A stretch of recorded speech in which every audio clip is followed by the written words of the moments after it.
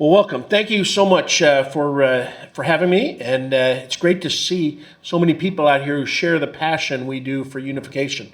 I'm going to talk about the work that I've been doing to try to help the U.S. government look at Korea differently. And from the Bush administration to the Obama administration to the first Trump administration to the Biden administration, we've been pressing that we need a new strategy.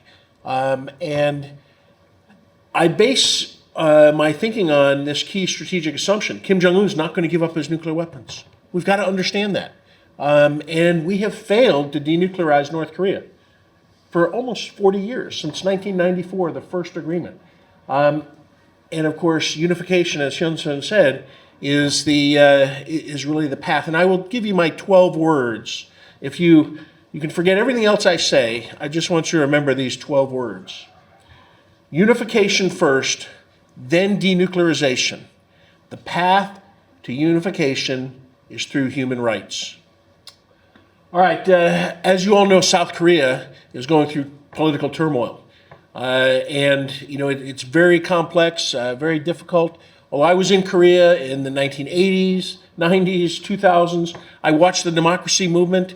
And I was just in Korea in December after the martial law declaration, and the political situation is much different. The Korean people in the South are protesting, but there's almost no political violence, unlike there was in the 1980s. And so Korean democracy, as messy as it is, it has matured. The Korean people in the South have had the right to self-determination, but the Korean people in the North have not. And so the question for all Koreans is, what do you prefer? A messy democracy or the dictatorial regime that Hyun-sung described? And I think if given the choice, all Korean people will choose that messy democracy over tyranny. Next slide. So the strategy that I've been proposing and working on for many years, of course, we must prevent war. That is the vital U.S. national interest, is to prevent war. But we've got to prepare for conflict, because if there is war, it's going to be because Kim Jong-un chooses to. And we also have to prepare for the collapse of the regime. But, deterrence and defense, countering illicit activities, those we've been trying to do for many years.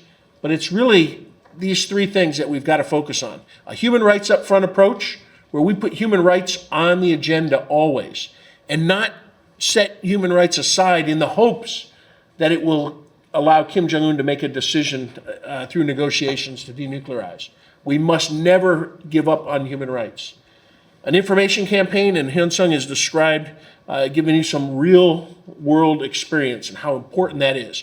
And we should remember that, answer this question: who does Kim Jong-un fear more, the combined South Korean and U.S. military, or the Korean people living in the North?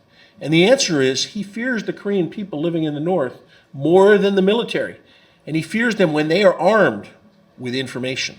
Okay, so we want to empower them with knowledge, with understanding, and understanding their universal human rights. And then, lastly, we want to pursue a free and unified Korea.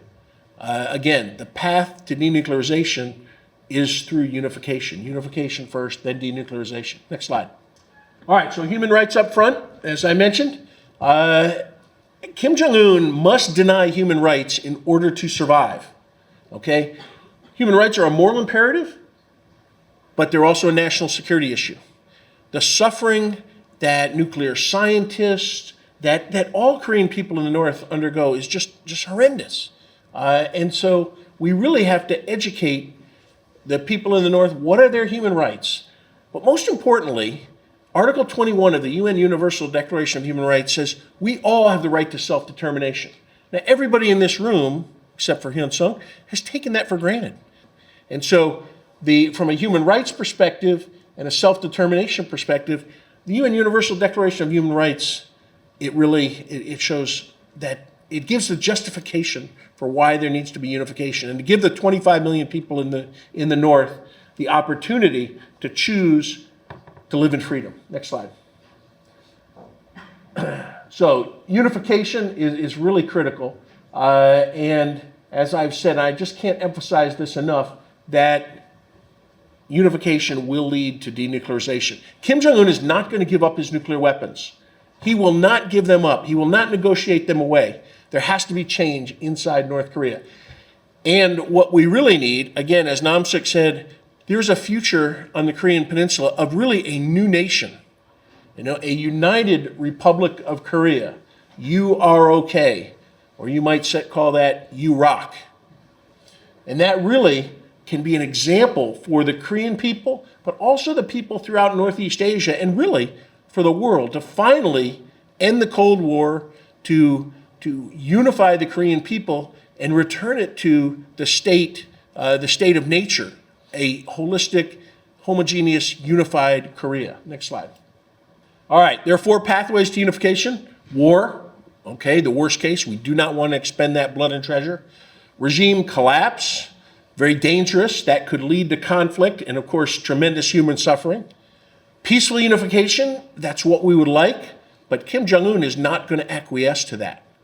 But the 4th is regime transformation, new emerging leadership, change by the Korean people in the North. That's what we want to do, is empower them to seek change. And new emerging leadership, armed with information about the outside world, then can seek peaceful unification. So we want to see regime transformation. But we want to plan for peaceful unification because, counterintuitively, that's the hardest to achieve. Not because Kim Jong-un will say no to it.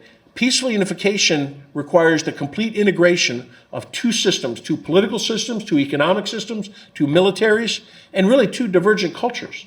And so the planning for peaceful unification will be applied in any situation, whether there's war, regime collapse, or if there's regime transformation, as we hope. Next slide. Civil society, you, us, we all play a role. And the Korean Dream really provides a model. And the Korean Dream is really formed the basis for the 815 unification doctrine that South Korea just promulgated last August 15th. But as Namsuk said, Hangik Ingan is really the foundation. And it is a unifying Korean principle that we can all rally around because it's more than Korean, it's for all of us. The greater good to benefit all humankind. All right, so in conclusion, we need a human rights upfront focused policy using information to focus on a free and unified Korea.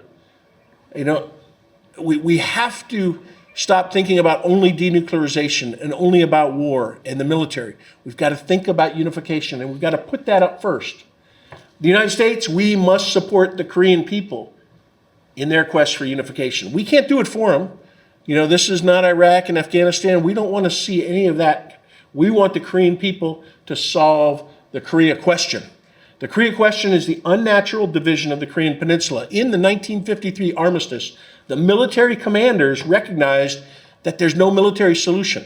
There must be a political solution, and it must be sought by and achieved by the Korean people.